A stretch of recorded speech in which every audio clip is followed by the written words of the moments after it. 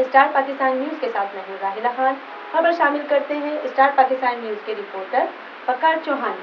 DHA city cricket tournament में BTK star ने star मेहमान को 90 रन से शिकस्त देकर फाइनल में रसाई हासिल कर ली। बीटीके स्टार की टीम ने पहले बैटिंग करते हुए मुकर्ररा ओवर में 245 रन बनाए। सईद हसन और कुर्बान बुरोई की शानदार सेंचुरी। कुर्बान बुरोई 128 रन और सईद हसन ने 105 रन बना के नॉकआउट रहे। जवाब में मेहमान स्टार्स की पूरी टीम 155 रन बनाकर आउट हो गई।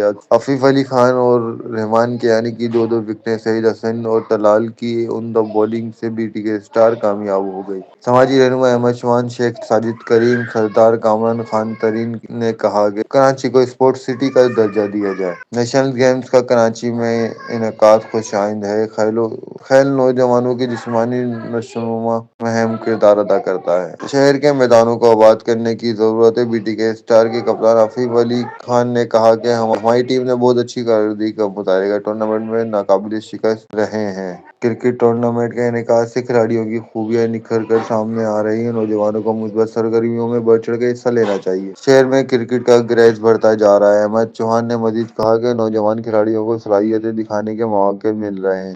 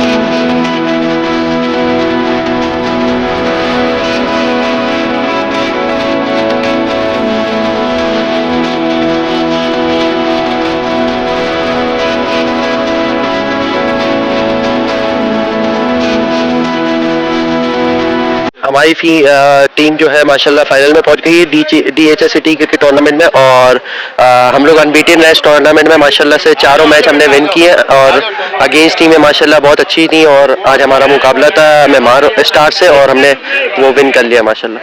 235 का विन दिया था तो 245 का विन दिया था और कुर्बान भाई और सईद भाई हाईएस्ट स्कोरर रहे। सेंचुरी की है दोनों ने 100 दोनों की सेंचुरी के बदौलत हमारा इतना स्कोर आपकी टीम का हाईएस्ट स्कोर भी है आज का ही हमारा हाईएस्ट टूर्नामेंट का ओवरऑल हाईएस्ट स्कोर आज का ही है हमारी टीम का।